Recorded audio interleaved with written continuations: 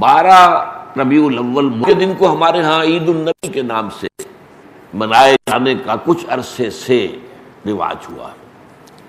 یہ رواج کچھ زیادہ پرانا نہیں ہے. جہاں تک لفظ عید کا تعلق ہے اس کا انطباق تو اس پر کوئی غلط نہیں ہے، صحیح ہے، اس لیے کہ لغوی طور پر عید کے معنی ہے بار بار لوٹ کر آنے والی شے یا خوشی، ہر سال آنے والی. عید الفطر ہر سال آتی ہے، عید الاضحیٰ ہر سال آتی ہے. عاد یعود، لوٹنا، تو عید اسی سے بنا، لوٹ لوٹ کر آنے والی، پلٹ پلٹ کر آنے والی. اس اعتبار سے تو یہ یقیناً یوم عید ہے.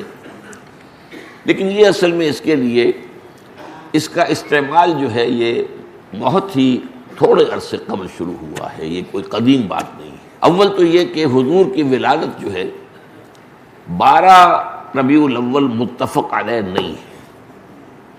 حضور کی ولادت کی تاریخ طے نہیں ہے. مہینہ تو طے ہے کہ ربیع الاول تھا، اس میں کسی شک و شبے کی گنجائش نہیں، لیکن تاریخ متفق علیہ نہیں. بلکہ میرے نزدیک اس سلسلے میں قاضی سلیمان سلمان منصور پوری رحمۃ اللہ علیہ، جو ایک بڑی عظیم کتاب کے مصنف ہیں، اگرچہ وہ اتنی مشہور نہیں ہو سکی جتنے کہ مولانا شبلی کی رحمۃ للعالمین مشہور ہوئی ہے، لیکن بہت سے اعتبارات سے مولانا شبلی کی کتاب سے وہ بہت بڑھتر ہے، بہت اونچی ہے.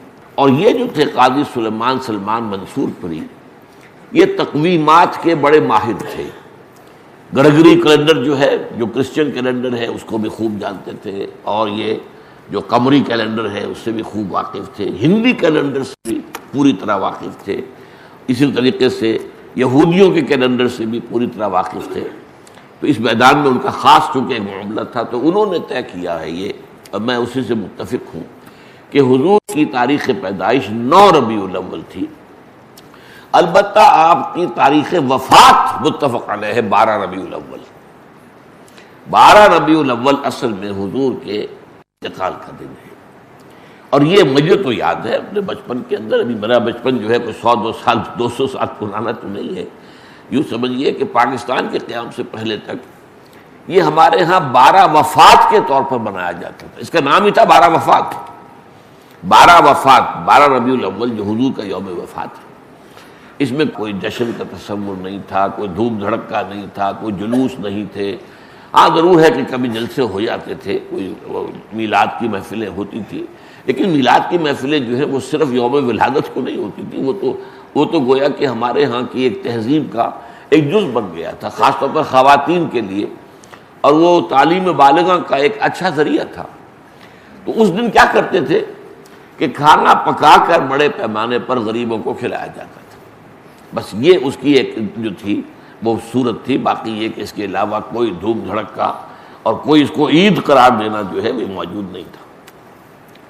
اس اعتبار سے غور کیا جائے تو ہمارے لیے ان چیزوں میں سوچنے کا ایک ہے مقام ہے کہ کچھ چیزیں، البتہ یہ کہا گیا ہے، میں اس پہ یقین سے نہیں کہہ سکتا، کہ اس کی جو ایجاد کی گئی ہے عید میلاد النبی کی حیثیت سے، ان کے موجد جو ہے مولانا احمد رضا خان بریلوی ہے. اس کی وجہ کیا تھی؟ اس وقت جو ہے شیعہ سنی کچھ معاملہ مسابقت کا شدت اختیار کر گیا تھا. انہوں نے محسوس کیا کہ یہ شیعوں نے جو یہ محرم اور اس کے تعزیوں کا معاملہ شروع کر رکھا، اس سے سنی عوام بھی بے انتہا متاثر ہوتے. اس میں دھوم دھڑکا ہوتا ہے، اس میں پٹے کھیلے جاتے تھے، اس میں طرح طرح کے ساتھ تماشے ہوتے تھے. یہ وہ پرانے، آج کل نہیں ہوتے وہ چیزیں، لیکن ہمیں بچپن میں یاد ہے کہ وہ جو ہیں وہ پٹے کھیلے جا رہے ہیں، تو گویا کہ شمشیر سنی کے مظاہرے ہو رہے ہیں. تو اب سب جاتے تھے، ہم بھی جاتے تھے، جا کر دیکھتے تھے، سب مسلمان شریک ہوتے تھے. اب اس ضمن میں جو بھی کچھ بیان کیا جاتا تھا وہ اس کا ظاہر بات ہے کہ ہمارے ذہنوں پر، ہمارے تحت الشعور پر اثر پڑ رہا تھا. تو یہ جو ہے اس کا ایک دعویٰ کرنے کے لیے کہ اس کا علاج ہم سنی بھی کریں، تو کوئی ایسی ہی چیز ہونی چاہیے جو لوگوں کی دلچسپی کا ذریعہ بن جائے، موجب بن جائے، اور لوگ اس کے اندر ذوق در ذوق شریک ہوں. تو یہ میلاد النبی کے جلوس جو ہیں، ان کے موجد جو ہے مولانا احمد رضا خان بریلوی ہے. بہرحال یہ بات تو میں نے ایک ٹیکنیکل انداز سے آپ سے کہی ہے. بہرحال یہ دن خوشی کا دن ہے، ولادت کا دن ہے. تو یہ چند باتیں تو میں نے کی ہیں. آج اس عید میلاد النبی کے نام کے حوالے سے اس کا پس منظر کیا ہے